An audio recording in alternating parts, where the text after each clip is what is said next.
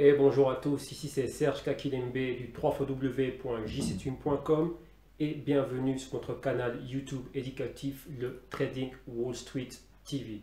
Et merci à vous pour être encore avec nous une semaine de plus, présent au rendez-vous, à notre rendez-vous hebdomadaire qui est le Crypto Rapport, où nous allons réellement discuter toutes les news et toutes les informations, bien sûr, que je peux collecter durant la semaine concernant les crypto-monnaies et bien sûr aussi d'un point de vue informatif et d'un point de vue éducatif. Et bien sûr, on va voir un peu qu'est-ce qui s'est passé et exactement comment est-ce qu'on peut opérer sur les crypto-monnaies d'un point de vue de trading spéculatif, on va dire. Bien sûr, on peut aussi investir dessus, mais vous savez que voilà, moi, je suis bien plus attiré par le côté spéculatif des crypto-monnaies. Et donc voilà, sans plus tarder, on va directement aller au programme. Et donc le programme de cette semaine, on va aller premièrement, on va regarder une news ici du Daily Economist. Et c'est une news qui concerne un peu qui est réellement investi sur le Bitcoin. Vous voyez qu'aujourd'hui avec Internet, on a énormément de personnes qui parlent, oui, moi j'ai du Bitcoin ici, moi j'ai fait ci, moi j'ai fait ça. Ben non. Il y a une institut réellement qui a fait un travail magnifique et qui a regardé réellement qui c'est qui était investi et qui était réellement propriétaire de Bitcoin. Et l'article, on ira le voir lorsqu'on va lire la capture écran. Là, c'est ce que vous voyez là derrière moi. C'est un article que j'ai trouvé sur The Daily Economist, là, qui est le blog de Ken Chorgen Jr. Et il parlait de, enfin, je vous dis rapidement ce que ça disait. Even in the cryptocurrency markets, the 1% own more bitcoins than the other 99%. Donc, qu'est-ce que ça veut dire? Ça veut dire que même dans le monde des crypto-devises, les 1% possèdent plus de bitcoin que les, 90, enfin, que les 99% de la population restante. Donc, qu'est-ce que ça veut dire? Là, les 1%, bon, c'est tout ce que ce sont les grosses institutions et les ultra riches, eh ben, c'est encore eux qui sont là. Et donc ici, il nous montre réellement un tableau qui montre réellement des proportions. Le nombre de wallets, donc le nombre de portefeuilles Bitcoin créés online, avec réellement le nombre de Bitcoin ou de fractions de Bitcoin, on va dire en possession par différents individus. Et vous allez voir que la différence est abysmale. Donc encore une fois, on voit réellement, enfin rappelez-vous, je vous en parlais souvent, que c'est réellement les institutions et les grosses personnes ultra riches. Les grosses personnes ultra riches ont toujours leur fortune qui est gérée par des gestions de patrimoine, des asset management et tous ces trucs-là. Voilà, et les banques privées, ce sont eux réellement qui possèdent tous les bitcoins. Et là, l'étude nous le démontre. Donc là, on va voir tout ça en capture écran, ne vous inquiétez pas. Point numéro 2, deuxième article qu'on va regarder, c'est un article du Mises Institute. Et là maintenant, le Mises Institute, qu'est-ce qu'il nous dit? Ça aussi, je vous en ai parlé souvent. Pourquoi est-ce que moi je préfère le côté spéculatif avec les crypto-monnaies plutôt que le côté investissement? Parce qu'ils ont fait une étude et dans leur étude, se sont rapprochés de pas mal d'institutions de Wall Street, de pas mal de personnes, donc des high net worth individuals et ultra rich et tout ça, pour leur demander un peu quelle était leur opinion sur les crypto-monnaies. Et tout le monde, vu la volatilité qu'ont les crypto-monnaies, tout le monde voit ça comme un véhicule spéculatif. Donc non un véhicule d'investissement, mais plutôt comme un véhicule spéculatif. Et ils abordent, ils ont une approche du Bitcoin. Pour faire simple, pour eux, il n'y a pas de différence entre l'action de Apple et les crypto-monnaies. Voilà, tout simplement. Ils ne voient pas ça comme un investissement. Vous savez qu'il y a beaucoup de gens qui tradent et qui investissent là-dedans, mais ils ne voient pas ça, comment dirais-je, comme une devise. Donc ce n'est pas encore pour eux comme une devise. Il y a tellement de volatilité, bien sûr, des choses bien spécifiques que doit avoir une devise, et le Bitcoin ne l'a toujours pas et les crypto-monnaies ne l'ont toujours pas. Donc pour le moment, ils sont en phase spéculation. Et donc là, l'étude nous le démontre et nous démontre exactement pourquoi est-ce que maintenant on voit énormément de montées dans le Bitcoin, on voit ces prix qui sont en train de monter super haut, et comment est-ce qu'il y a des personnes réellement derrière qui sont en train d'en profiter. Et vous voyez que ces deux articles, cet article-ci et l'article précédent, sont liés, parce qu'on va voir réellement qui investit et qui est réellement en train de spéculer fortement, qui est réellement en train de tirer tous les gains du Bitcoin. Mais ce ne sont pas les personnes qui, comment dirais-je, cherchent à investir ou cherchent à prendre le Bitcoin pour un ticket de loterie. Non, ce sont des personnes qui viennent, qui sont super intelligentes, qui savent ce qu'elles sont en train de faire, qui analysent le Bitcoin, comme je vous dis, comme si c'était une action de Apple. Donc c'est pour ça que vous voyez que moi, j'étais arrivé à la même conclusion par mes propres recherches et par mes propres investigations. Et étant moi-même dedans, voilà, j'ai eu les deux. J'ai le côté wallet, mais je préfère nettement le côté investissement, enfin le côté trading spéculatif. Bon, on arrive au même résultat, donc je peux profiter de la hausse des bitcoins et de la manière, donc la méthode le système que moi j'utilise et la manière dont moi j'opère. Donc j'opère avec des dérivés, donc ce qui fait que j'opère avec du levier. Pour ceux qui ne sauraient pas c'est quoi, pour faire simple, c'est un crédit. C'est-à-dire que voilà, si le Bitcoin coûte 4200, 4300 dollars, il atteint les 4500. Pour avoir un Bitcoin, je n'ai pas à venir et déposer l'entièreté du Bitcoin. Je dépose une partie de la somme, mais j'ai accès à pouvoir contrôler. Donc j'ai une exposition de marché qui équivaut à la valeur réelle du Bitcoin. C'est-à-dire que mon broker peut me donner du 10 à 1. Donc qu'est-ce que ça veut dire? Le Bitcoin vaut, imaginons 4300. Ben moi je dépose 10%, donc je dépose 430 et j'ai accès à une exposition de marché de 4300. Et donc voilà, après j'en pose les différences. Bon, ça, c'est toute une autre chose. Mais voilà, ces deux articles-là, je les aime beaucoup. Pourquoi? Parce que si vous suivez ces crypto-rapports depuis un bout de temps, vous voyez que je bassine énormément et je martèle énormément le mot l'éducation financière. Et bien ça a à voir avec tout ça. C'est-à-dire que maintenant, si vous voulez rentrer, voir que maintenant les crypto-monnaies, c'est un truc dans lequel tout le monde est en train de s'y mettre, tout le monde est dessus. Donc je vois même bien le succès que rencontre, les questions que je reçois, les messages que je reçois par rapport aux vidéos et par rapport aux crypto-rapports. Ben, si vous voulez réellement opérer dedans avec succès, ben, vous devez avoir de l'éducation financière. Parce que ce sont les institutions, les pros et les gros investisseurs réellement de Wall Street qui sont en train d'investir dessus et eux savent ce qu'ils sont en train de faire et eux savent en tirer profit. Donc une personne novice qui arriverait, comme il y en a beaucoup, je dirais bien les 90% des personnes qui me contactent ne savent pas réellement ce que c'est, ne savent rien de trading, ni de spéculation, ni quoi que ce soit. Ils sont intéressés par les crypto-monnaies vu les marges et les retours fantastiques qu'on peut avoir on va dire, avec les crypto-monnaies. Mais il faut réellement savoir, vous devez savoir, c'est un impératif, vous devez savoir ce que vous êtes en train de faire. Et pour cela, vous devez opérer et avoir le même mindset que les personnes qui sont, on va dire, à Wall Street, la City et autres, parce que ce sont eux réellement qui font bouger. C'est eux qui ont l'argent suffisant, qui ont suffisamment d'argent et les capitaux suffisants pour faire bouger ces marchés de cette manière-là. Ok. Ensuite, on a encore d'autres news ici, bon, qui parlent un peu des ETF de Bitcoin. On a bien vu, pardon, vous avez bien vu la montée en force du Bitcoin, Bitcoin au-dessus des 4000, donc on va lire un peu pas mal de choses là-dessus. Et maintenant, bien sûr, rappelez-vous, ah bah tiens, en revenant rapidement sur la montée des 4000, si vous suivez aussi les crypto-rapports, rappelez-vous que ça fait, je crois, 2 ou 3 semaines que je suis en train de parler du Bitcoin à 4000. Mon premier target, c'était les 3850. Et là, maintenant, bah, qu'est-ce qu'on a vu? On a vu le Bitcoin à 4000. Moi, je donnais le Bitcoin à 4000 pour le mois d'octobre. Et vous voyez qu'on est, ouais, on va dire, on est à un mois en avance, 1 mois et 2 semaines en avance. Donc, voilà, ça c'est pour la petite histoire. Et, et quoi encore? Ben voilà, on parle encore du Bitcoin et de l'or et pas mal de choses pareilles. Donc ça, c'est dans la première partie, on va regarder les news. Après, bien sûr, vous savez, comme d'habitude, on regarde le ranking des crypto-monnaies. Donc, on va regarder un peu le ranking. On va se focaliser réellement sur le top 10. On ne va pas faire toutes les 900 crypto-monnaies qu'il y a. Là, ce serait impossible. On aurait une émission qui va durer 24 heures. Et ensuite, on va regarder la performance au niveau du Forex. Pourquoi? Parce que vous savez bien que maintenant, bah, le Bitcoin aussi fait partie du Foreign Exchange Market. Il est listé comme une devise. Donc, ouais, il est listé dessus. Mais réellement, les personnes qui investissent dessus ne lui attribuent pas. Pour eux, le Bitcoin n'a pas tous les attributs d'une devise. Donc ils utilisent ça pour d'autres choses, d'où la spéculation. Et ensuite, on va aller regarder réellement les graphiques. Donc on va voir exactement cette projection qu'on avait de Bitcoin. Et rappelez-vous, la semaine passée, si c'est bien la semaine passée, pardon, je vous avais parlé et je vous avais montré un peu ce que je faisais au niveau insight, comment je spéculais, qu'est-ce que j'avais comme système qui était mis en place. Et je vous avais parlé d'une opération que l'on pensait faire sur le GBTC qui était l'ETF du Bitcoin. Et je vous avais déjà mis dans la plateforme, on avait mis les niveaux que, sur base de mon système, ce que mon système me disait que, voilà, qu'il pouvait me garantir comme risque et comme profit. Bon, on va regarder tout ça et on va voir si on était dans le bon ou pas. Ben bon, là, si vous avez vu, si le Bitcoin était en train de monter, donc vous savez directement que l'opération, on était dans le bon. Ok.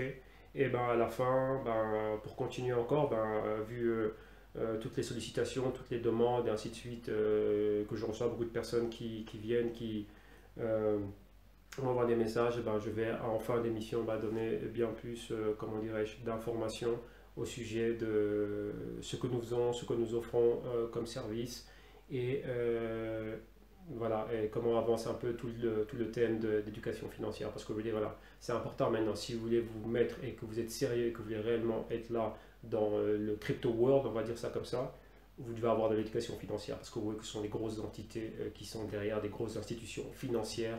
Et les financiers, qu'est-ce qu'ils font? Ils tradent et ils investissent. Un trade, c'est juste un achat et une vente. Investissement, c'est j'achète et dans un futur, je vais effectuer un trade. Parce que je vais prendre mes bénéfices. Donc, je vais devoir vendre une partie de ce que j'ai acheté afin de liquider ma position, donc c'est-à-dire d'avoir du liquide, donc d'échanger, on va dire, une action papier contre du réel liquide. Donc ça s'appelle un trade. Mais bon, voilà, moi je suis du côté trade bien plus actif. Et donc ça, c'est pas investissement, c'est plutôt spéculatif. Donc on profite des fluctuations de prix. Mais pour pouvoir faire ça, et aujourd'hui les crypto-monnaies, ce n'est que ça à 100%, c'est très spéculatif. Donc vous devez avoir une éducation financière. Donc pour ça, voilà, on a préparé un programme. En plus des services qu'on offre, bon, on a aussi un programme d'initiation à la finance. Et donc voilà, donc là, je vais en toucher un petit mot bref en fin d'émission. Et donc voilà, donc maintenant sans plus tarder, on va aller regarder directement tous ces articles. On va à la capture écran, donc ne bougez pas, n'allez nulle part et on se retrouve tout de suite à la capture écran. Merci, à tout de suite. Ok, là on est à la capture écran et donc sans plus tarder, on va y aller tout de suite. On va commencer par le premier article, vu qu'on a pas mal, on va pas les lire en entièreté, on va juste lire l'intitulé et ensuite on va, comment dirais-je, passer rapidement au suivant. Je vais rapidement réellement vous en faire un petit commentaire, mais on va plutôt, je dirais, plus s'attarder sur les deux premiers, vu que les deux premiers c'est déjà un thème sur lequel j'étais déjà en train de vous parler il y a pas mal de temps, donc voilà, on va vraiment s'attarder sur cela. Donc ici, on est sur la page de Daily Economist de Ken Shorgen Jr.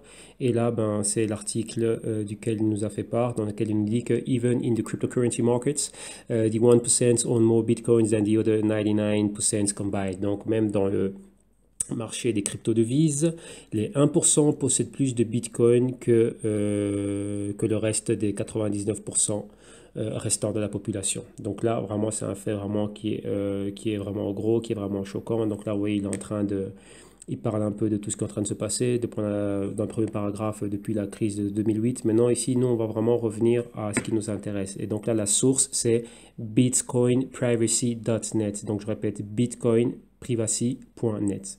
Ok, donc vous voyez l'adresse juste là, juste en dessous du petit tableau. Et donc, qu'est-ce qu'on voit dans le tableau? Qu'est-ce qu'il nous indique? Il nous indique number of Bitcoin addresses by individual Bitcoin balances. Donc, c'est le nombre d'adresses Bitcoin par le nom, enfin, individual Bitcoin, donc les Bitcoin balances, donc les Bitcoins que chaque personne possède de manière individuelle. Ok? Et qu'est-ce que l'on voit réellement? Ben, vous voyez tout simplement, il donne le breakdown ici. Donc, voilà, là, il explique que les 99% ont réellement combien de portefeuilles, donc combien de e-wallets sont créés. Ils en ont 78 millions, 78,8 millions de e-wallets créés pour un total de Bitcoin. Combien de Bitcoin ils ont en holding? Vous voyez bien 232 958 Bitcoin répartis sur un total de 78,8 millions de e-wallets. Ça, c'est pour les 99%. Et maintenant, les 1%. ont combien de wallets? Ils en ont 684 338 Bitcoin wallets, donc des portefeuilles Bitcoin, et pour un total de Bitcoin de 6 360 458. Maintenant, vous devez savoir que les Bitcoins de Satoshi Nakamoto voulaient qu'il y en ait 21 millions. Donc, je dis bien 21 millions de Bitcoins doivent être créés et minés au total. Ce qui fait que s'il y a une grosse demande pour ces Bitcoins-là, les Bitcoins vont monter. Maintenant, comme on le dit ici aussi, vous voyez qu'il y en a 6 millions. Et maintenant, on verra le chiffre exact lorsqu'on va regarder les performances et les fondamentaux des cryptos. On sait qu'on est à 16 millions de Bitcoin. Donc, il y a 10 millions de Bitcoin qui sont dans des wallets, mais qui ne sont pas, comment dirais-je, on va dire tradés tous les jours. Donc, qui ne sont pas dans les exchanges et qui ne sont pas dans les wallets qui sont online. Ils sont dans des wallets qui sont offline. OK? Donc là, oui, il en parle. We are also taking note of the fact that, according to Bitcoin mining statistics, there are supposed to have been over 60 million Bitcoins having been mined as of June 25th, 2017. And this data is pointing to the fact that nearly 10 million of these coins have not been registered as being tied to a Bitcoin wallet. Donc là, comme ils expliquent, c'est ce que je viens de vous dire, qu'au 25 juin 2017, il y avait 16 millions de Bitcoin, un peu plus de 16 millions. Donc maintenant, on est aussi quelque part par là. Et parmi ces 16 millions, il y en a 10 millions qui ne sont pas attachés à des wallets. Donc c'est-à-dire qu'il y a 10 millions qui ont été achetés, mais qui sont mis hors du système. Et ces Bitcoins-là reviendront plus tard. Et donc, comme je l'ai dit, le Satoshi Nakamoto voulait qu'il y ait un total de 21 millions qui doivent être minés. Et là, maintenant, on est à 16 millions. Donc il ne reste plus que 5 millions de Bitcoin qui doivent être minés. Vous voyez bien qu'il y a 10 millions qui ont disparu. Enfin, pas qui ont disparu, mais qui sont tenus privés dans des wallets offline. Donc, c'est-à-dire qu'ils ne sont pas, on n'opère pas là, on n'opère pas sur eux. Donc, voilà, donc ils sont offline, point. On va pas commencer à compliquer ça plus loin. Donc vous voyez que encore là, qui c'est qui peut se permettre d'avoir ça? Vous voyez bien que ce sont des grosses, comment dirais-je, institutions et compagnie. Vous voyez bien que là, vous voyez ici, lorsqu'on arrive aux individus, donc il y a un individu, donc vous voyez, quand individu, balance Bitcoin, balance of Bitcoin, voilà.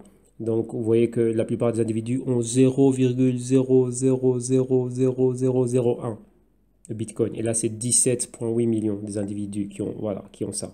Et donc la valeur, je dis bien que cet article était lorsque le Bitcoin était à 2750 dollars. Donc il faut bien rappeler ça, lorsque le Bitcoin était à 2750 dollars. Et vous voyez que c'était il n'y a pas si longtemps, c'était au mois de juin. Donc là maintenant, vous voyez que le Bitcoin a pratiquement doublé, a pris près de 90% de valeur. Donc là, c'est monté rapidement, mais ces chiffres-là n'ont pas changé bien plus que ça. Donc là, vous allez avoir l'article en description, donc vous allez avoir le lien directement et vous allez pouvoir le lire à votre propre discrétion. Pour ne pas prendre trop de temps, on va continuer. Mais là, vraiment, donc gardez ça vraiment à l'esprit. OK? Donc maintenant, on continue. Et maintenant, là, c'est un article, comme je dis, qui est lié au premier. Parce que voilà, vous voyez que maintenant que les personnes qui sont en train de spéculer, d'investir sur le Bitcoin, ceux réellement qui font bouger le Bitcoin, vous voyez que ce n'est pas les 17 millions et quelques de personnes qui sont là. Ce sont les grosses institutions. Et je suis sûr, et je mettrai mes deux mains coupées, que parmi ces institutions, il y en a qui ont déjà acheté le Bitcoin, qui ont anticipé cette montée, cette vague, enfin cette grosse montée du Bitcoin et qui les ont déjà gardés à un certain endroit et reviendront en force lorsque ce sera le moment de revenir.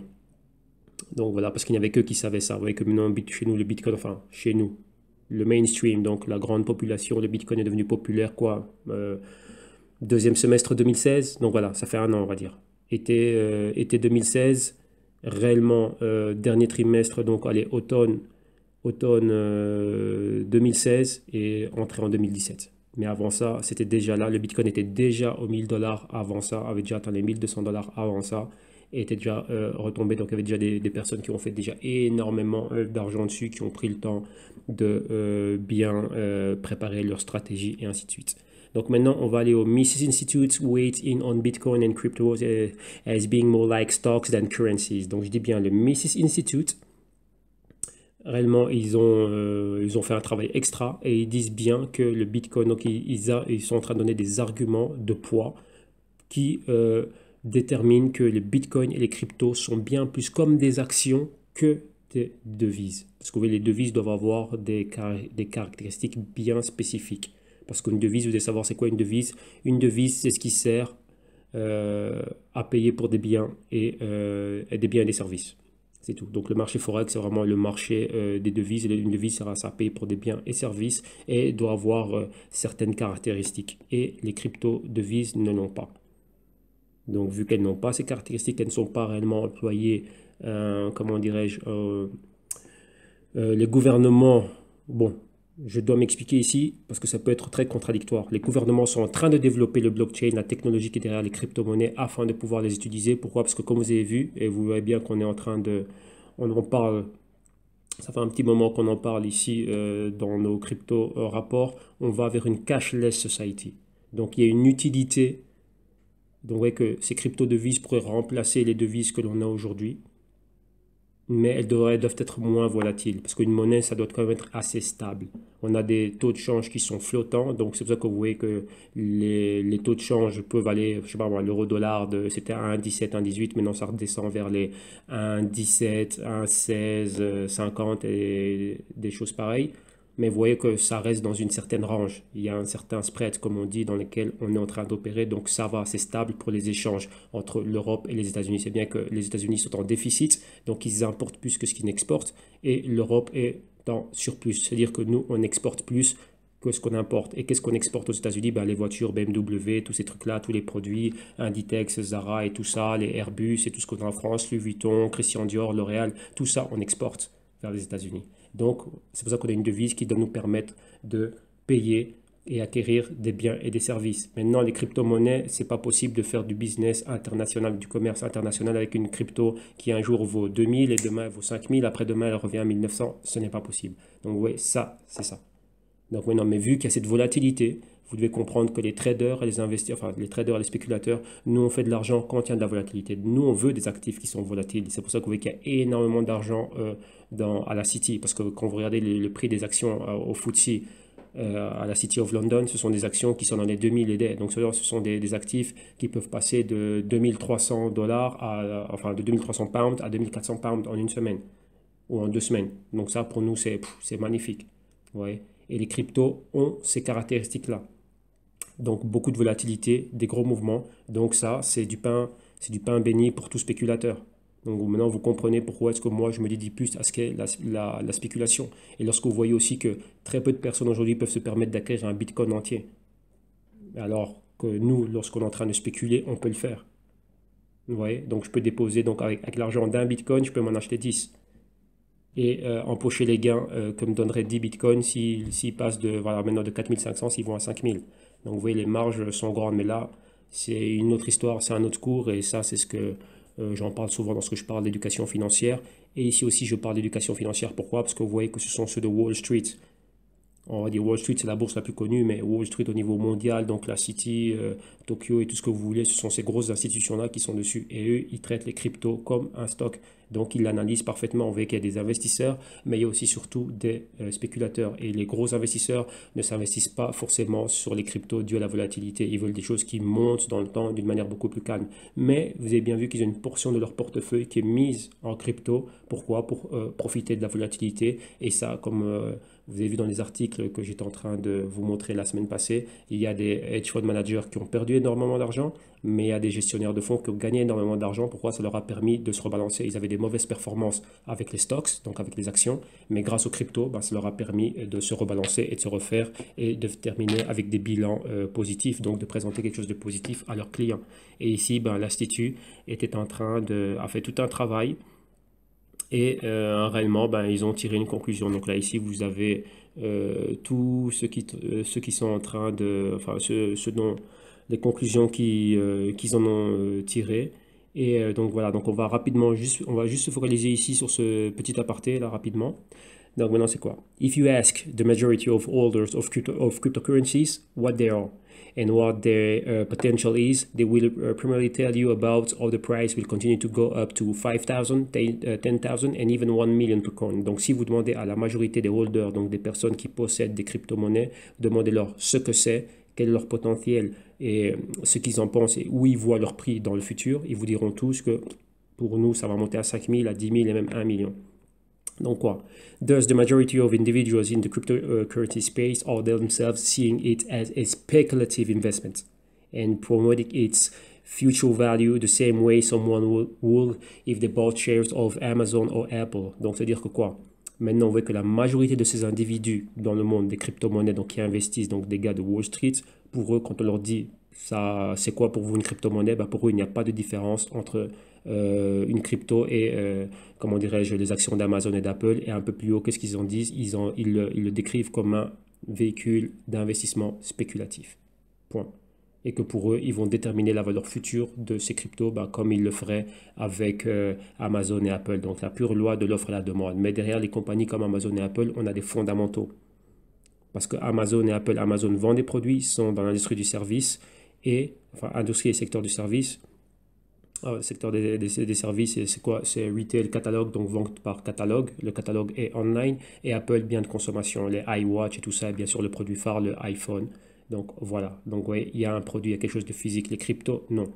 Donc vous voyez que ces compagnies-là, lorsque nous on est en train de les analyser, on analyse leurs fondamentaux, leur état financier, qu'est-ce qu'ils font avec le cash qu'ils ont, est-ce qu'ils ont du cash, est-ce qu'ils ont payé leurs dettes, est-ce qu'ils ont, lorsque Wall Street est en train de mettre ce qu'on appelle des prévisions pour les futurs earnings, pour la saison des bénéfices, le jour où ils vont publier, est-ce qu'ils vont battre ces expectatives ou non, c'est vraiment ça le game. Et en fonction de ça, les investisseurs sont contents et bien sûr, il faut qu'Apple arrive à convaincre les investisseurs à rester investis chez eux et monter et bien sûr répartir une partie des bénéfices. Tout ça, c'est important. Ce n'est que du profit. Donc voilà, c'est ce que nous, on analyse lorsqu'on regarde des compagnies pour investir dessus ou spéculer dessus. Moi, je spécule dessus. Voilà, ça ne m'intéresse pas d'être un investisseur des compagnies. Pour moi, le monde spéculatif, voilà, c'est mon dada, c'est mon truc. Mais maintenant, moi, quand je regarde les cryptos, pour moi, les cryptos, c'est pareil. Et donc, vous voyez ici que cet article, ils arrivent à la même conclusion Et quand on demande à tout le monde à Wall Street, voilà là. Donc là, vous voyez, ce n'est pas moi qui le dis, c'est une institut qui a fait son travail. Et donc voilà, il y a des citations de la propre institut, de la dite institut, pardon. Donc là, vous allez avoir tout ça. L'article est de viralliberty.com. Et donc là, vous allez avoir l'article, vous allez pouvoir le lire. Je vous rappelle, il y a un truc fantastique qui s'appelle Google Translate. Donc pour ceux qui ne comprendraient pas l'anglais, ici, moi, je vous ai traduit rapidement ce qu'il y avait. Ben, vous le prenez, vous faites un copier-coller et vous traduisez paragraphe par paragraphe. Et donc là, vous allez vraiment savoir ce qu'il y a. OK? Donc voilà, ça c'était vraiment les deux articles sur lesquels je voulais vraiment m'attarder. Et maintenant, ben, on va passer en revue rapidement ce qui reste et on va rapidement aller au ranking et tout ça parce que c'est plus intéressant de regarder d'autres choses. Donc ici, qu'est-ce qu'on a? On a Vanek failed to launch a Bitcoin ETF a day after a senior executive at the 25 billion fund called it a Fed. Donc avec Vanek, c'est un asset management. Et ils veulent créer, c'est un fonds, donc, et ce fonds-là veut créer un ETF pour le Bitcoin. Donc un ETF, c'est quoi? Ce serait un fonds dans lequel les investisseurs qui viennent participer à ce fonds, avec l'argent qui est collecté, ils iraient acheter des Bitcoins. Ils auront une exposition directement sur le Bitcoin. Donc pourquoi? Un exemple. Imaginez-vous, comme vous avez vu le GBTC, un Bitcoin coûte 4000, il y a des personnes qui n'ont pas 4000 pour investir dans le Bitcoin, mais ou ils n'ont pas envie d'acheter une fraction. Et qu'est-ce qu'ils font? Ils vont participer à un fonds. Donc, ils vont rentrer dans un fonds et le fonds, son entrée, le fonds émet des actions. Et en fonction du prix des actions, voilà, vous pouvez rentrer dans le fonds. Et nous, avec l'argent qu'on a, on investit. Et on se répartit ce qu'on a à se répartir comme bénéfice. Donc, voyez, voilà, c'est tout simplement ça. Donc là, c'est vraiment expliqué de manière très basique. Il y a encore bien plus de variantes à ça. Mais bon, voilà. Ici, c'est ni le temps ni le moment par rapport à ça. On va continuer avec notre information et ce qu'on est en train de faire. Mais voilà, donc là, donc, vous voyez, un nouvel ETF du Bitcoin qui va être créé par un autre fonds. Donc, l'article est de Business Insider. Donc, l'article aussi, vous l'aurez dans la description. Maintenant, on va continuer et on va aller au thème qui nous intéresse. Bitcoin passes $4,300 after breaking 4,000. Donc, Bitcoin surpasse les $4,300 après avoir surpasser les $4,000. Donc maintenant, on était même monté un peu plus haut, si je ne m'abuse, on était arrivé, je pense, aux 4,500, aux 4,004 dernièrement lorsque j'étais en train de suivre ça. Donc vous voyez que voilà, là c'est pour revenir un peu à ce dont j'étais en train de parler. Ça fait 2 semaines que j'avais donné mes analyses et mes projections pour le Bitcoin, vu que pas mal des membres de l'audience et même nous au sein de mon groupe ici au GC Stream, lorsqu'on est en train d'analyser les cryptos, voilà, moi je donnais mes prévisions et pour moi acheter 4000 parce que 4000 c'est ce qu'on appelle une zone psychologique et une fois qu'on serait passé au-dessus des 4000, là où c'est un article du 14 août, après on passerait des 4000, on va chercher même d'aller chercher un record historique, donc un haut bien plus historique. Après on va se consolider à ce prix-là et puis après on va avoir ce qu'on appelle une correction. Pourquoi une correction? Parce que des personnes prennent leurs bénéfices et c'était des phases totalement normal, il faut les comprendre. Le Bitcoin reste haussier, mais lorsque vous voyez des corrections, c'est tout à fait normal. Ce sont des personnes qui prennent leurs bénéfices. Ça, c'est le but du jeu. On pousse le prix le plus haut possible. Et une fois qu'on a atteint, on va dire, des objectifs, qu'on a vraiment des marges de bénéfices qui sont bien grandes, on enlève une partie de nos bénéfices. Imaginez-vous, j'ai 10 Bitcoin. Bitcoin arrive à 4300. Qu'est-ce que je fais? Je prends des bénéfices sur 6 Bitcoins et j'en garde 4. Ouais, j'empoche ça, je liquide ça et j'ai mon liquide. Et là, je cherche un autre investissement. Ou qu'est-ce que je fais? J'attends que ça se corrige, donc que ça se rabaisse. On va laisser passer la phase de distribution. Lorsque tout le monde est bien rassasié, ils ont pris assez de bénéfices, on va recréer de la demande. Donc là, c'est ce qu'on appelle une nouvelle phase d'accumulation. Et là, je réinvestis une partie de ce que j'ai. OK?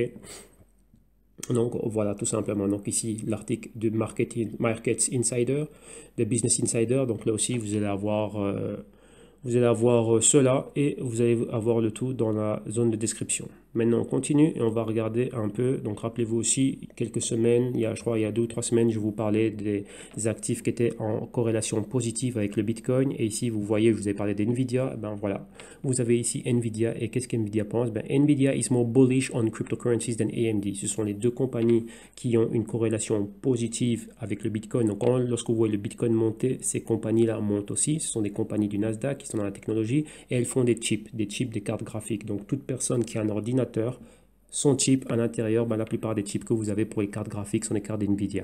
Et pourquoi est-ce que NVIDIA est super à la hausse? Parce que toutes les personnes qui se dédient au mining des crypto-monnaies emploient, voient d'un œil très favorable ben, les chips et les cartes graphiques d'NVIDIA pour leurs ordinateurs et pour leurs activités de mining. Donc, ce qui fait que, voilà, au plus il y aura de crypto-monnaies, au plus il y aura des activités de mining, au plus il y aura de la demande pour NVIDIA. S'il y a de la demande pour NVIDIA, c'est que les marchés financiers, enfin, ils sont, comment dirais-je, c'est l'offre et la demande. S'il y a beaucoup de demandes pour un certain article, pour un actif, pardon, ben, son prix augmente. Donc voilà, ça c'est la corrélation qu'il y a. Donc je l'explique aussi comment est-ce que nous on regardait ça. Ben voilà, là ben je suis content de voir un article qui parle de ça.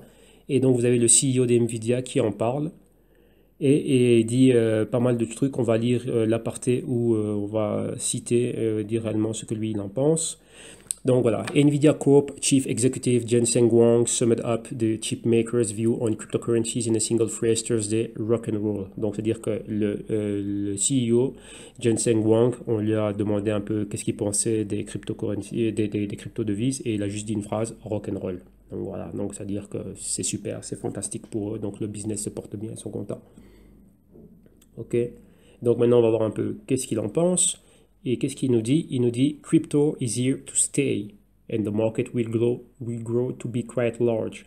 Wrong said Thursday on the company's second quarter call with analysts. Donc là, qu'est-ce qu'il a dit? Le CEO a dit que les cryptos sont ici pour rester. Elles vont rester. Elles sont là pour rester. Et ce marché va continuer à grandir. Et il va être très large, très gros. Donc c'est-à-dire qu'ils veulent rester un player déterminant, que leur chip soit le chip de référence, et au plus il y aura de crypto, ben, en plus leur business se porte bien. Donc vous voyez que pour eux, c'est tout bénef. Ok, donc là, vous comprenez ça. Donc là, pourquoi je vous parlais de ça, moi, par rapport à la diversification effective, c'est-à-dire qu'on ne met pas tous ses œufs dans les cryptos. Ben, voilà, vous pouvez avoir des cryptos dans vos toilettes et vous pouvez avoir des dérivés de crypto comme moi je fais, et bien sûr aussi avoir des compagnies qui sont liées à ça. Ce qui fait que si j'ai 10 000 euros, je ne vais pas mettre 10 000 euros dans les cryptos. C'est une folie. Je vais diviser ça en 5, voire même en 10 parties. Et voilà, je vais mettre 1000 euros dans un e-wallet. Je vais mettre peut-être un peu plus, 1000 ou 2000 euros dans un compte CFD. Et après, j'aurai un autre compte dans lequel ben, je vais investir. Donc, vous voyez que tant que je vois les cryptos monter, ben, voilà, il y a des compagnies comme Nvidia et AMD qui vont monter. Et ça, c'est ce que nous, on fait au GCTube. On cherche des stratégies, enfin pas des stratégies, on vient avec des solutions par rapport au capital qu'auraient différents individus. Ça peut être le patrimoine en général, un peu d'épargne ou du capital risque, donc du capital que vous êtes prêt à investir. Ben, voilà, nous, on vient avec ce genre de solutions.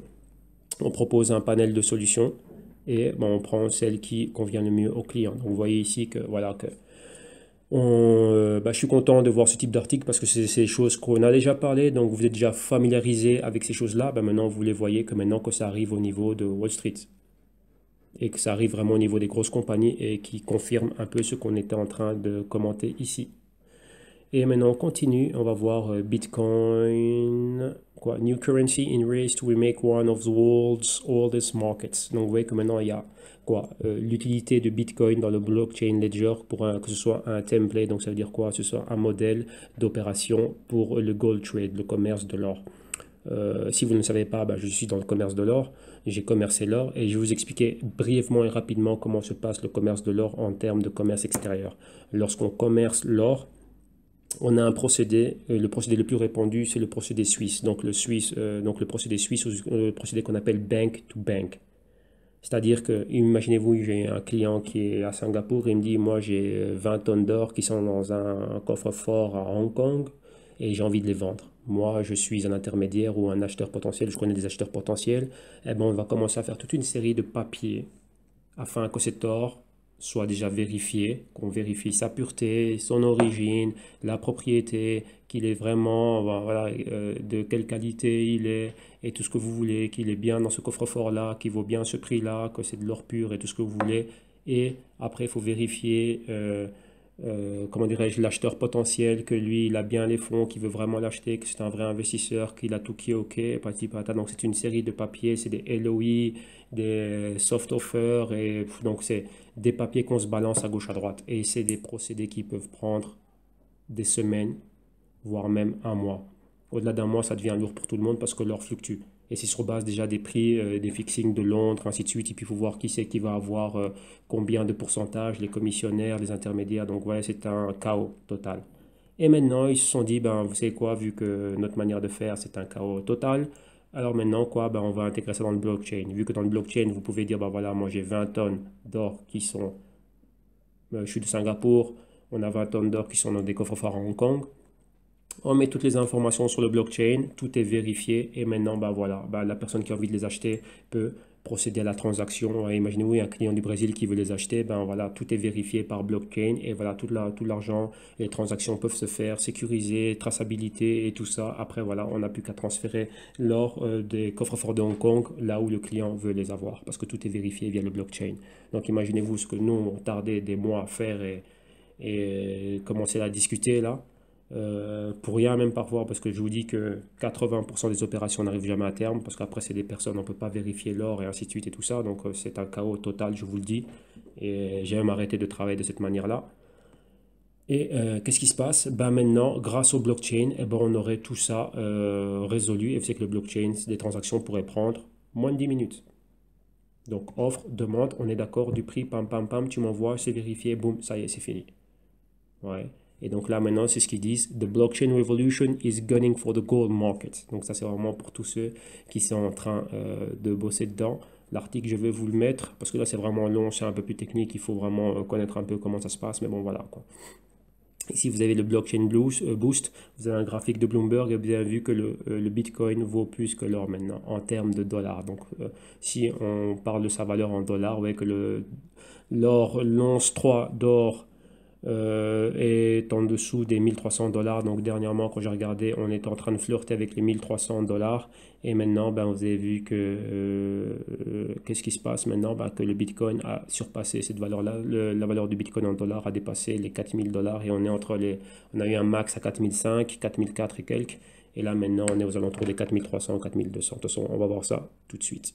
Ok, donc ça, c'était pour le petit article. Et maintenant, on va s'intéresser réellement à ce que nous aimons et on va faire ici le ranking des crypto-monnaies. Et donc là, on va s'intéresser au top 10.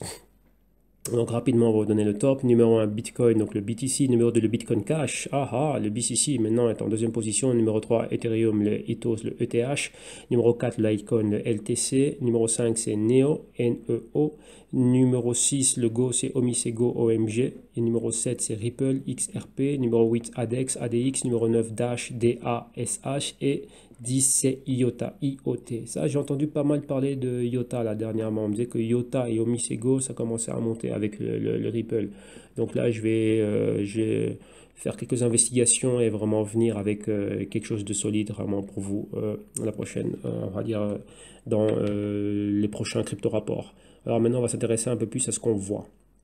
Donc ici, vous voyez, le dernier prix du Bitcoin était à 4273 dollars à la baisse aujourd'hui de moins 0,09. Le Bitcoin Cash, dernier prix 566 dollars et des poussières, plus 27,15% aujourd'hui. Et l'Ethereum ETH 299 et des poussières, plus 0,10% aujourd'hui. On va juste s'intéresser au top 3. On va faire Litecoin aussi. Litecoin, il est cool aussi, j'aime bien Litecoin.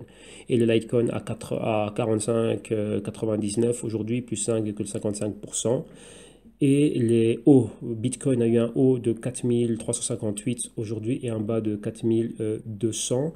Le volume 1,1 milliard, 1 milliard 22 millions. Les coins, vous voyez, on est à 16 millions, 16,5 millions de coins. Donc rappelez-vous que lorsqu'on a vu, qu'est-ce qu'on a vu là dans le premier article? On va rapidement retourner dessus. C'était, ouais, non, c'était le Mi6, non, c'était pas le Mi6, c'était celui-ci. Qu'ils avaient quoi? 6 millions de coins étaient en main des 1%. 6 millions de coins en main des 1% pour 684, enfin répartis dans 684 000 wallets. Et ici, qu'est-ce qu'on voit? On voit exactement qu'on a 16,5 millions de coins. Et vous avez vu, rappelez-vous, dans l'article, il disait qu'il y avait 10 millions de coins qui n'étaient pas dans les exchanges ni dans les wallets. Donc, c'est-à-dire qu'ils sont dans des, on va dire, une clé USB ou un wallet papier hors du système. Gardez bien au frais quelque part. Et donc, vous voyez que c'est énorme. Donc, réellement, voilà, il faut se poser des questions quand on voit toutes ces vidéos là, des personnes qui disent ah oui, j'ai gagné ci, ça avec Bitcoin. Bien, ok, mais tu avais combien de Bitcoin? Là, moi, comme je vous le dis, full disclosure, moi, je ne possède plus de Bitcoin. Ah, si, j'ai regardé, j'ai laissé, je crois, pour 10 euros dans mon wallet. Et tout ce que je fais comme opération maintenant, elles sont au niveau spéculatif. Pourquoi? Parce que j'ai des bitcoins là aussi et je peux profiter pareillement de la hausse. Et je vous dis, pour moi, c'est une commodité. Pourquoi? Parce que je n'ai pas à avoir 36 millions de comptes. Ouais, moi, c'est ça qui m'énerve. Ouais, le temps, pour nous, c'est de l'argent, surtout quand on gère des trucs pour les clients. avoir 36 millions de comptes, c'est lourd à la fin. Je dois rentrer ici, dans le cloud de blockchain là, envoyer l'argent là-bas, là-bas. Non, moi je veux un truc qui est rapide et j'ai tout dans les plateformes de trading avec lesquelles j'opère. Il y a des bitcoins dedans, bah, pour moi c'est pareil. Je peux faire mes opérations là-dedans et voilà, en plus de ça, bah, j'ai du levier. Donc voilà, ça c'est pour moi, c'est pour la petite info, bah, comme ça c'est dit. Et donc voilà, donc faites attention à ce que vous voyez, toutes des vidéos où des gens parlent de oui, ça, le bitcoin ici, le bitcoin là, bah, s'ils ne peuvent pas le prouver, ben voilà, là vous avez vu un article, on dit que voilà, les 6 millions de bitcoins qu'il y a, c'est les 1% qui les ont, et vous avez vu que ces 1%, ce sont des grosses institutions. Donc voilà quoi. Donc, et si les personnes en ont, bah, ils ont moins d'un bitcoin. Donc ils ont moins de 4200, enfin ils ont moins de 4200 en valeur de bitcoin. Et donc voilà, donc moi je préfère la spéculation. Maintenant on parle de la capitalisation de marché. On est dans les 70 milliards. Il y a peu de jours, vu que oui, quand le Bitcoin était à 4500 $, la capitalisation de marché avait atteint les 75 milliards. Et ça, c'était très intéressant parce que j'étais en train de regarder quelque chose. Et une compagnie qui est très connue aujourd'hui, qui a une capitalisation de marché, ah, j'ai eu du mal avec ce mot là, une capitalisation de marché de plus de 70 milliards aussi, c'est Netflix. Netflix a exactement une capitalisation de marché de 72 milliards et le Bitcoin l'avait surpassé. Donc on dit que maintenant, vu la forte demande qu'on a des cryptos et surtout de Bitcoin, sa capitalisation de marché avait dépassé celle de Netflix. Et maintenant, bon, voilà, vu qu'on est redescendu un peu, ben, on est équivalent. Donc la compagnie monte fortement. Bitcoin Cash, capitalisation de marché de 9,3 milliards, nombre de coins 16 millions 46, 16,4 millions, volume 729 000, les hauts de la journée 569 et le bas 441. Ok, Ethereum, Ethos, le haut de la journée 307 dollars pardon, et le bas 295. Volume c'est des dernières 24 heures 631 millions. Et nombre de coins 94,08 millions et market cap 28,28 milliards. 28,1 milliards. Ok, donc là c'est fait pour ça. Et maintenant on va aller au la performance Forex, où on a l'ami Bitcoin qui est là, et on voit, bon, on s'intéresse à lui, donc son prix 4303. Donc ici, enfin, il faut comprendre que les prix s'actualisent, donc il faut laisser le temps à la page d'actualiser le prix. Aujourd'hui, une montée de 26,71, pardon. Et on a quoi? C'est ce qui équivaut à une montée de 0,62. Et montée, cette semaine, le Bitcoin est monté de 17,24%, montée mensuelle de 90,93% et montée annuelle, donc sa performance annuelle de 654,90%, ce qui est énorme. Et comme vous le voyez là, c'est la meilleure performance. Et qu'est-ce qu'on revoit qui est en train de... Une autre monnaie aussi, enfin une autre part de devise, c'était le dollar yen aussi, qui a eu un, on va dire, en annuel, mais ouais, que c'est loin des performances qu'on peut voir avec le Bitcoin. Donc vous comprenez maintenant pourquoi est-ce que les grosses institutions vont venir là. Vu que vous voyez que, et sachez aussi qu'on l'avait commenté dans les crypto-rapports, que la majorité des opérations avaient lieu en Corée du Sud, au Japon et en Chine. Ouais. Et donc ce n'est pas encore aussi international pour vraiment venir et échanger des biens et des services entre nations. On n'en est pas encore là. Vous avez vu, lorsqu'on est en train d'analyser Digital Assets, Ripple et d'autres compagnies, qui est certaines crypto-monnaies qui étaient backées par des grosses institutions, donc des banques centrales et des grosses entités bancaires qui étaient déjà en train d'essayer et de procéder déjà à des paiements, des tests de paiement pour leurs échanges internationaux et échanges entre banques, ainsi de suite. Donc, vous voyez, ça c'était encore in the making, comme on dit. OK? Donc là, on a fini avec les fondamentaux et là, maintenant, on va vraiment à ce qui nous intéresse, l'analyse technique. Et OK, là, on y est. Et comme vous voyez ici, on a eu un top. Là, on est directement dans le Bitcoin. On a eu un top à 4500. On a atteint les 4500. Et c'est à ce point-là exactement que le Bitcoin avait une market cap. Ouais, je préfère le dire en anglais, c'est plus simple pour moi, ça passe mieux. Une market cap de 72 milliards. De plus de 72 milliards qui était monté bien au-delà de ça. Et rappelez-vous que Netflix a une market cap de 72 milliards. Ah ouais, j'ai encore failli faire ma petite erreur là. Ce mot, la capitalisation ne passe pas bien. Vu que je parle vite aussi et que voilà, il y a pas mal de mots, donc je dois le dire lentement. Capitalisation de marché, oui, là ça passe mieux. Donc voilà. Donc maintenant, revenons à nos moutons. Donc ici, le Bitcoin. Donc rappelez-vous qu'on avait fait une simple analyse technique, d'où on avait mis la projection quand le Bitcoin était à 1000, de 1000 monté à 3000. on a eu quoi, une correction. Donc, ouais, correction, c'est quoi? Correction, c'est prise de bénéfice. C'est cette flèche rouge là, la prise de bénéfice. On appelle ça une distribution. Les gens commençaient à prendre leurs bénéfices. Pour les amants de Fibonacci, c'était quoi? C'était une correction de 50%. De 3000, on est revenu toucher les 2000, même les 1800. Et à partir de là, bah, c'était notre nouveau point pour monter, parce qu'on monte toujours en point A, B, C, et le D, ce serait là. Et ben, nous, ici, le point C, c'était aux alentours des 1000, combien là? 1700, entre 2000 et 1700. Et à partir de là, ben, c'était le point d'inception pour aller du C et aller chercher le D. Le D était aux alentours des 3800. Vous voyez qu'on l'a atteint et vous voyez qu'on a fait un plus. Et le plus qu'on a fait, on a poussé au-dessus. Donc on est allé chercher les 4000 niveau psychologique et on a encore fait plus. On est allé chercher les 4500 et vous voyez que là on a pratiquement cédé quoi, 45% de nos gains une fois qu'on a atteint les 4500. Et donc vous voyez que maintenant on est à 4227 $. Donc voilà, on est là. Donc maintenant, qu'est-ce qui peut se passer? Vous voyez qu'on est fort éloigné des moyennes mobiles. Et vous voyez que les moyennes mobiles attirent le prix comme un aimant. Il faut toujours qu'il y ait une interaction entre le prix de, on va dire, le prix de cotisation réel actuel et les moyennes mobiles. Parce que c'est comme ça qu'on s'assure qu'on n'est pas en surévaluation quand on est à l'achat et lorsqu'on est en vente, qu'on n'est pas en sous-évaluation. Donc, vous voyez qu'il faut toujours qu'on soit dans cette range-là. Et donc, comme vous le voyez, ben, on est toujours dans une tendance haussière. On est toujours haussier sur les crypto-monnaies. Les crypto-monnaies, comme vous avez vu, elles sont là pour rester. Elles vont aller encore bien plus haut. Mais vous voyez qu'elles ont ces fluctuations. Donc, il faut comprendre ces mécanismes, comme je vous disais, de distribution, là, et après des phases d'accumulation. Accumulation, on remonte au niveau de résistance, on perfore les niveaux de résistance et on va chercher des maximaux, des hauts max, et ensuite on recommence. Donc là, vous voyez que là, c'est déjà un premier signe. Lorsqu'on voit ce type de bougie, c'est un signe qui nous dit, tiens, il y aura une prise de bénéfice qui va être proche. Donc vous voyez que ces deux lignes, ces deux flèches vertes là, nous ont montré réellement les projections qu'il y avait. Et lorsque ces projections sont atteintes, les spéculateurs, dans ce cas, si je dis bien les spéculateurs et investisseurs, vont commencer à prendre des bénéfices. Et donc ça pourra arriver maintenant. Ils ont déjà marqué un haut, donc on a marqué un point. Maintenant, c'est le moment d'être payé. Ok, donc ils vont liquider leur position pour être payés. Donc là, Bitcoin, quoi? Qu'est-ce qu'il y a? Oh, oui, mais pour le moment, je vois beaucoup plus de mouvements mouvements latéraux et je vois une interaction avec la moyenne mobile de 4 semaines. On peut rester latéral le temps que la moyenne mobile arrive et atteigne les 3700, voire peut-être même les 4000, mais donc on peut avoir une forte correction. Je dirais qu'on a 1000 $ de range. Donc on a 1000 $ de spread ici. Ce serait quoi? Ben, ce serait oui, entre 4500 et 3500 qui est la zone maintenant où est située la moyenne mobile de 4 semaines. Ben, il y a 1000 $.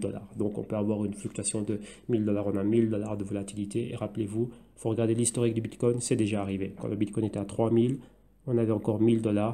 Et c'était quoi la zone? Le différentiel, l'espace, donc la distance qu'il y avait entre le prix actuel et la moyenne mobile de 4 et de 8 semaines. Ben ici, regardez, 4 semaines est à 3005 et 8 semaines est à 3000, plus ou moins. Donc, ouais, c'est vraiment là qu'on a 1000 $, même plus 1005 si on compte le haut. Mais à partir d'où on est, je dirais, entre 4000 et 3000, bon, on va avoir des fluctuations, des corrections pourraient être prises. On va fixer un nouveau support. Vous voyez comme ici, on a fixé un support et à partir de là, on peut reconstruire plus haut. Et ici, vous voyez que là, si on fixe un support dans la zone des 3000, eh ben, ça équivaut à l'ancienne zone de résistance, le point pivot qu'on avait là, qui était l'ancien haut. Donc, tout simplement ça. Donc maintenant, ben, là, ce serait le temps de prendre ses bénéfices et de regarder réellement ben, les prochaines semaines ce qui va se passer. Donc là, probablement mettre des positions courtes, donc faire des ventes à découvert, mais on va rester dans un range latéral et on va bouger de manière horizontale. Donc ça, c'est ce qu'il y a. Donc on a fait Bitcoin, dollar. Donc voilà, on a parlé aussi de la projection qu'on avait à 4000. Ah oui, on va regarder le GBTC. Rappelez-vous qu'on avait une opération qu'on avait fait sur le GBTC, sur le Bitcoin Investment Trust. Ok, et ben voilà. Vous voyez, l'opération, je l'avais marqué. Je vous ai dit que c'était sur base de ma feuille de calcul. Donc vous avez vu un peu le système, comment j'ai. Donc vous voyez que le système me disait de rentrer à 600 et quelques, donc 627, 630, vous voyez, au-delà des 625. Donc vous voyez que le marché a ouvert à 616 et directement, boum, il est parti à la hausse au-delà des 625 et c'était pour me stopper exactement, prendre mes bénéfices à 660. Vous avez bien vu qu'il allait bien plus haut, mais le but c'est quoi? Le but c'était d'être dans la bonne direction. Donc vous voyez c'est quoi? dans tout ce haut là qu'il y a eu, donc c'est-à-dire que de 625 à 725, même 730, on va dire de 625 à 725, il y avait $100 de gain. Mais dans les $100 de gain, bah, moi j'ai eu mes 25 ou mes $30 de gain.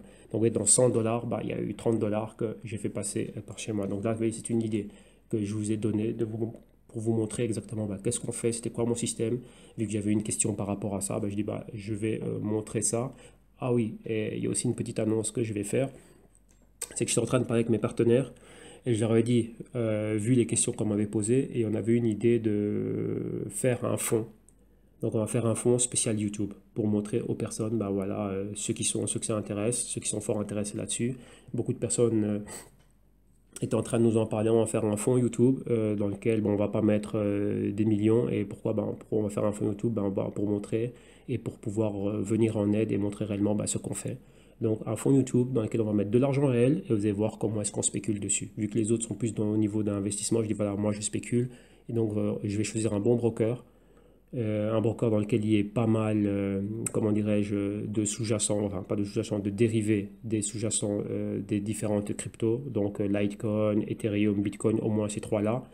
Et déjà comme celui que je suis en train d'utiliser, et j'avais demandé à s'ils pouvaient nous rajouter quelques ETF, parce qu'il y a certains brokers on nous dit oui qu'ils allaient commencer à nous rajouter certains ETF de Bitcoin comme le GBTC et d'autres trucs pareils, parce que ça c'est disponible, mais c'est disponible en passant à travers banque.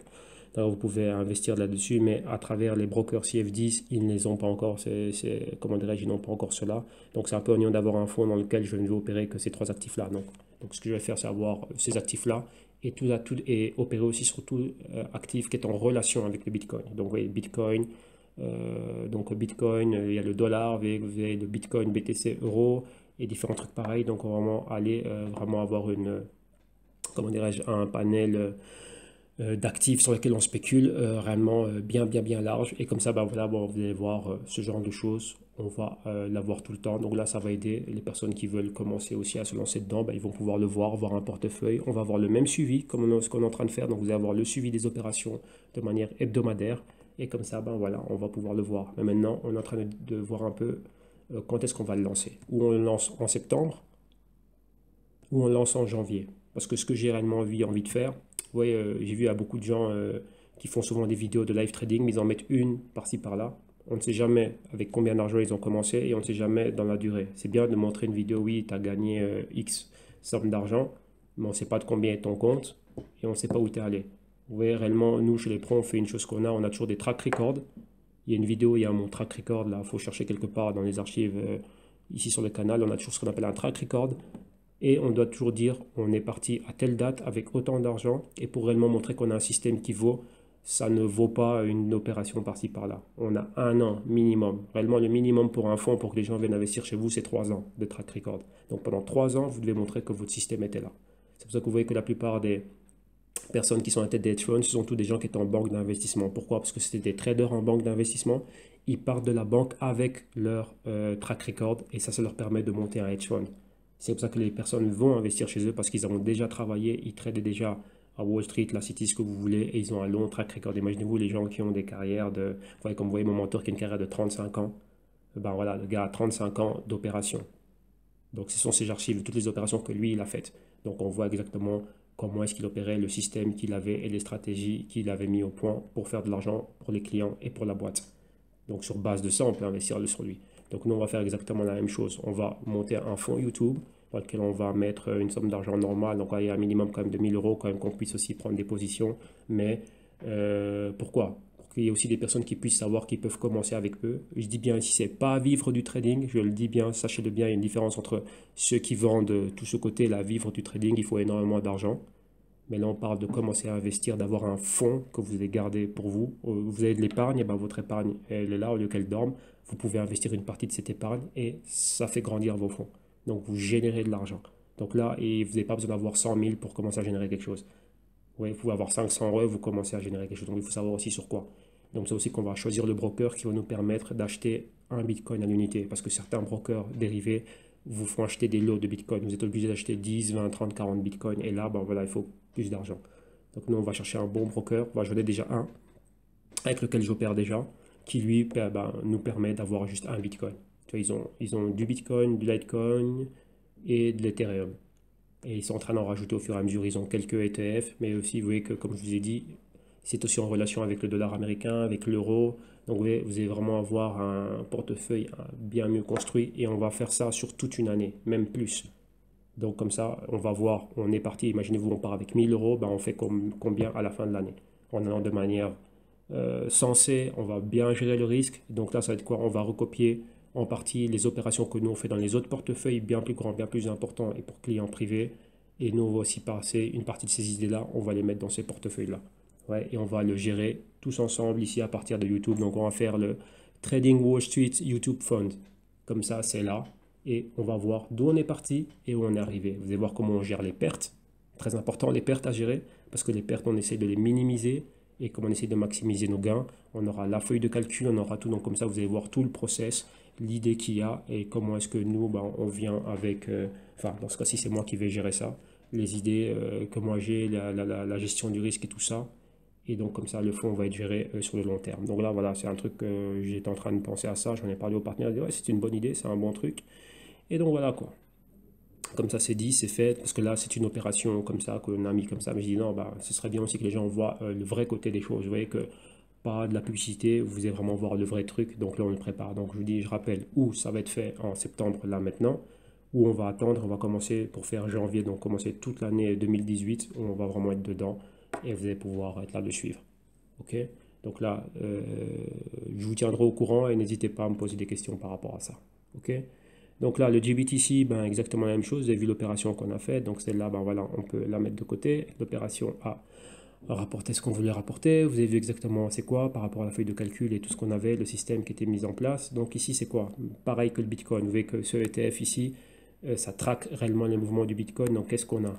On est, comme vous voyez, on est très éloigné. On a marqué un haut à 780 et des poussières. Et vous voyez qu'on est très éloigné des moyennes mobiles. Ça, c'est un moyenne mobile de 4 semaines. On est en graphique hebdo. Moyenne mobile de 8 semaines, 13 semaines là, 21, 26. Donc, ce serait quoi? Maintenant, il faudrait revenir et avoir une interaction avec les moyennes mobiles. Donc là, vous voyez qu'on a un gap haussier et all gap must be filled. Donc, le gap doit être rempli. Un gap ne reste pas sans être rempli. Mais aussi, attention, vous devez savoir que vu que le Bitcoin ne ferme pas, donc à dire c'est 24 sur 24, 7 sur 7, les ETF s'opèrent comme si c'était des actions. Donc, ils sont ouverts durant les horaires de Wall Street. Donc, 9h30, 16h. Donc, pour nous, 15h30, 22h. Ce qui fait que c'est pour ça qu'on peut voir des gaps. Si le Bitcoin est en train de monter, ben voilà, on va pas commencer à négocier directement dans les 470. Directement, boum, vous voyez, c'est passé dans les 500. Donc, ça aussi, il faut tenir en compte. Mais si le Bitcoin se corrige, ben la correction ici du ETF peut être aussi violente. Et donc, beaucoup de volatilité. Donc vous voyez que la moyenne mobile de 4, elle est là à 550, 560 et la moyenne mobile de 8 semaines est à 470. Donc on peut voir une correction là. Mais maintenant, qu'est-ce qu'on attend? Comme pour le Bitcoin, mouvement latéral et en guise encore en vue d'avoir une interaction. Donc vous voyez ici les anciens hauts là où ils étaient et vu que ça correspond à la zone qui est comprise entre la moyenne de 4 semaines et la moyenne de 8 semaines. Donc là, on attend une correction ici. Donc voilà, ça c'est pour le GBTC.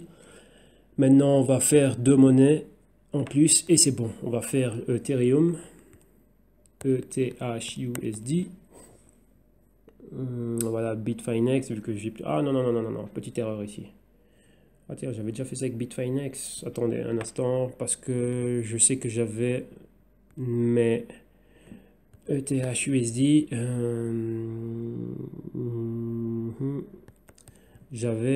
Moi j'opérais avec JDAX, enfin j'opérais pas, mais j'avais mes graphiques et mes projections faites avec JDAX, bah voilà, je me disais bien, j'avais fait les deux. Et donc voilà, donc ici, vous voyez qu'on avait déjà ce qu'on avait déterminé, vous voyez qu'on a déterminé les hauts à 420, vous voyez ici, là où les clôtures étaient à 370, depuis là, vous voyez la grosse distribution qu'il y a eu avec Ethereum, vous voyez, interaction avec les moyennes de 4 et de 8 semaines, donc je crois que maintenant vous comprenez ce que je veux dire par là, 13 semaines là, interaction avec 21 semaines, on a flirté avec la moyenne mobile de 26 semaines ici, vous voyez le mouvement bas, on l'avait prédit, il s'est passé, et là maintenant on a eu ce qu'on appelle, on a déterminé un fond, vous voyez vraiment, comment dirais-je, un support. On a encore un gap ici qui n'a pas réellement été rempli comme il fallait, mais là on a eu une accumulation d'ordre, et maintenant on est reparti à la hausse on est reparti où? On est arrivé à la zone des 313, on a flirté avec les 325 dollars. Et pour le moment, on est là. Vous voyez qu'on a les moyennes mobiles qui sont juste en dessous. Donc, vous voyez ici, déjà, j'ai déterminé le mouvement. On va retourner vers où? On va retourner vers les 400 dollars. Et là, maintenant, vous voyez qu'on a une semaine, 2 semaines réellement décisives. On est sorti de ce mouvement latéral. Pourquoi mouvement latéral? Il faut regarder comment sont les moyennes mobiles. Quand toutes les moyennes mobiles sont horizontales et qu'elles sont, on va dire, dans un ordre chaotique, ça va créer un mouvement latéral. Vous voyez, les moyennes mobiles doivent être alignées en ordre, donc 4, 8, 13, 21, 26. Et vous voyez qu'ici, ce n'était pas le cas. On avait une grosse zone de convergence ici, avec 8 semaines au-dessus, 13 semaines et 4 semaines juste en dessous. Il y a une convergence. La moyenne mobile de 4 semaines est repassée par-dessus, mais réellement, elle doit nous donner réellement une direction. Donc, il nous faut une continuité à ces mouvements haussiers. Vous voyez qu'on espérait une continuité au-dessus des 327 dollars pour remonter vers les 380 dollars. Ça ne s'est pas passé. Donc, ouais, maintenant, on est dans ce qu'on appelle un inside week candle avec ce type de bougie, la bougie rouge que l'on a. Cette semaine-ci est une semaine d'indécision et on reste sans direction. Donc, on peut rester comme ça un certain temps. On va probablement avoir d'autres interactions. Si on voit le Bitcoin et le Bitcoin Cash aller ouais, bouger latéralement et aller à la baisse, vous savez que ce sont les leaders dans les crypto-monnaies. Le leader guide toute la meute. Si le leader va vers le bas, tout le reste des crypto-monnaies vont suivre. Donc voilà, ça c'est ce qu'il y a pour l'Ethereum. Et rapidement, je vais essayer de regarder un truc. Vu que maintenant vous avez vu qu'on a le Bitcoin Cash, je vais voir si on a déjà le BCC USD ici. Je vais voir s'il y a... Ah bah non, ça c'est quoi ça? Ah bah tiens, ouais, Bitcoin Cash US Dollar. Bah voilà, c'est là aussi. Ah ouais, qu'il n'y a pas assez de data. Vous voyez que là c'est tout récent, ils viennent de le mettre, donc on n'a pas assez de data. On a que le data même hebdo. Vous voyez que là c'est les 3 derniers jours. Donc là on y reviendra un peu plus tard. On va attendre qu'on ait plus de data, comme ça on va pouvoir donner beaucoup plus comment dirais-je, d'analyse technique par rapport à ça. Et on va directement au dernier, on va au Litecoin US Dollar JDAX et on est là. Et le Litecoin US Dollar, wow, ici on avait pas mal de trucs qui étaient faits ici là, comme je vois. Ah non, parce que je suis en hebdo, je suis en journalier. Voilà, on retourne en hebdo. Et voilà, voilà. Donc vous voyez ici aussi, on était dans une tendance super haussière. Vous avez vu ici le max, on a atteint les 56 dollars. On est redescendu et vous voyez qu'ici, c'est très brouillon. Mais vous voyez ce que je voulais vous dire. Rappelez-vous, interaction avec les moyennes mobiles. Qu'est-ce qu'on a ici? Regardons bien. Vous voyez, quand on a eu cette super hausse, cette super bougie ici, là, sur laquelle je suis en train de pointer, on a eu une bougie rouge, deux bougies rouges, et c'était quoi? Pour avoir une interaction. Donc là, c'était le début de la distribution. Après, on est remonté, on est repassé, donc on a flirté avec la moyenne mobile de 8 semaines, on est repassé au-dessus des 4 semaines, on est repassé au-dessus, on a créé un nouveau haut, mais après, qu'est-ce qu'on a eu? Annulation directe, avec la bougie rouge est équivalente à la bougie verte, ça, elles s'annulent entre elles. Ce qui fait que ça n'existe pas. Ça, comme on dit en anglais, cancel. Donc voilà, ça c'était une bearish rejection, donc une bougie baissière de rejet à la bougie haussière verte. Boum, rejet total, donc on revient au même niveau. Et le niveau c'est quoi? C'est le niveau des 37 dollars. Donc là on est vraiment dans ce niveau-là des 37 dollars. Et depuis lors, qu'est-ce qu'on a? On est en mouvement latéral, on est dans ce qu'on appelle des inside week candles, donc des bougies comprises dans les fluctuations de prix des bougies antérieures, qui sont ces grandes bougies-là. Voilà la bougie verte, la bougie rouge. Aucune des semaines suivantes, donc 1, 2, 3, 4, 5 semaines, n'a eu une direction. C'est-à-dire qu'on n'est pas allé au-dessus, on doit être au-dessus des 52 dollars pour la résistance, la ligne verte que vous avez ici, ou en dessous des 37 dollars, la ligne rouge que vous avez ici. Et vous avez bien vu qu'on a quoi? Convergence entre la moyenne mobile de 4 et de 8 semaines et la moyenne mobile de 13 semaines rentre en jeu. Ce qui fait qu'on n'a pas de direction, le Litecoin ne va nulle part. On ne sait pas si ça va monter ou ça va descendre. Donc il y a encore une forte hésitation. Maintenant, il faut voir exactement quels sont les fondamentaux qui sont derrière le Litecoin. Et il faut réellement que le Litecoin vienne avec quelque chose qui va booster la demande pour cette crypto. Et si on retourne ici au ranking, Litecoin est en 4e position. Donc vous voyez qu'il faut que Litecoin sorte des nouveaux trucs afin qu'elle se montre, quoi, qu'elle se maquille un peu, qu'elle soit sexy, afin que voilà, qu'on se dise ah bah tiens, bah, t'es là toi, bah, voilà. Et là maintenant on va demander après toi. Donc s'il y a beaucoup de demandes, eh ben ouais, la crypto va commencer à venir. Donc on va voir un peu qu'est-ce qui se passe. Donc pour ça, il faut avoir un peu plus d'infos. Donc ouais, ici, il peut se passer de tout. Et ce qu'on appelle en anglais un straddle, ce qui fait qu'au-dessus des niveaux des 45, on est à l'achat. Vous voyez que là, ça peut être le cas, mais ouais, c'est très rapide comme opération. Mais c'est pas vraiment ça. Je dirais que réellement, le vrai straddle, c'est quoi? Ce serait être au-dessus du niveau des 52, où qu'on ait une bougie décisive qui va dans une des deux directions. d'avoir une continuité ou à cette bougie baissière ici ou à cette bougie haussière. Ouais, donc là, ce serait quoi? Clairement, en dessous des 37, on vend, donc aller de la moyenne mobile de 13 semaines vers 21 et 26 semaines ici, donc vers les 25, ou au-delà des 52, on va créer des nouveaux hauts. Donc voilà, ça c'est tout pour l'analyse de cette semaine. Donc rappelez-vous un peu tout ce que je vous ai dit, tout ce qu'on va être en train de faire. Donc là, on est en train de préparer tout ça. Et pour terminer, pour tous ceux qui veulent avoir plus de news, qui veulent me contacter, tout ça, il y a la page internet de www.jctum.com que vous avez là.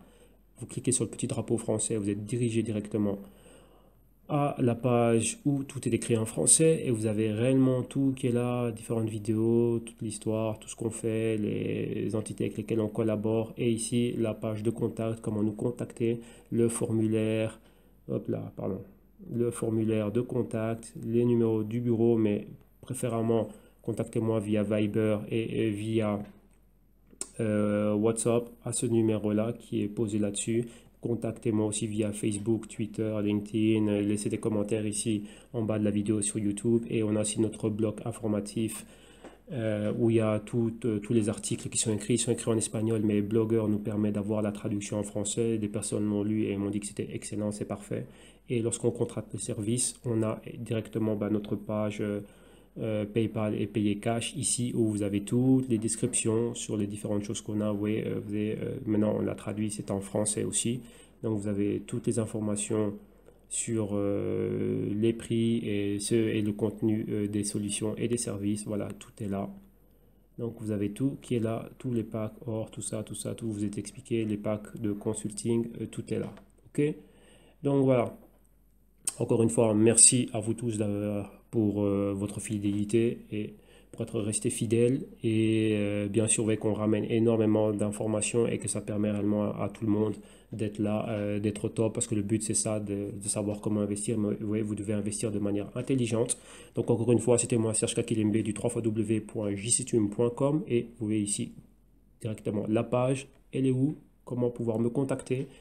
Et merci à vous pour être fidèle à notre chaîne YouTube éducative, le Trading Wall Street TV. Alors n'oubliez pas, vous laissez vos commentaires, vous nous envoyez des messages. Vous étiez très nombreux à nous contacter via message, via WhatsApp, via Viber, contacter par Facebook, le formulaire de contact, de message et par message privé sur YouTube et en laissant des commentaires là directement sur la page. Donc voilà, donc pas de problème. On se revoit nous la semaine prochaine pour encore plus de news et je vous tiendrai au courant au sujet de ce fonds là. Donc on va voir comment on va organiser tout ça. Ok, merci à vous, ciao, bye bye.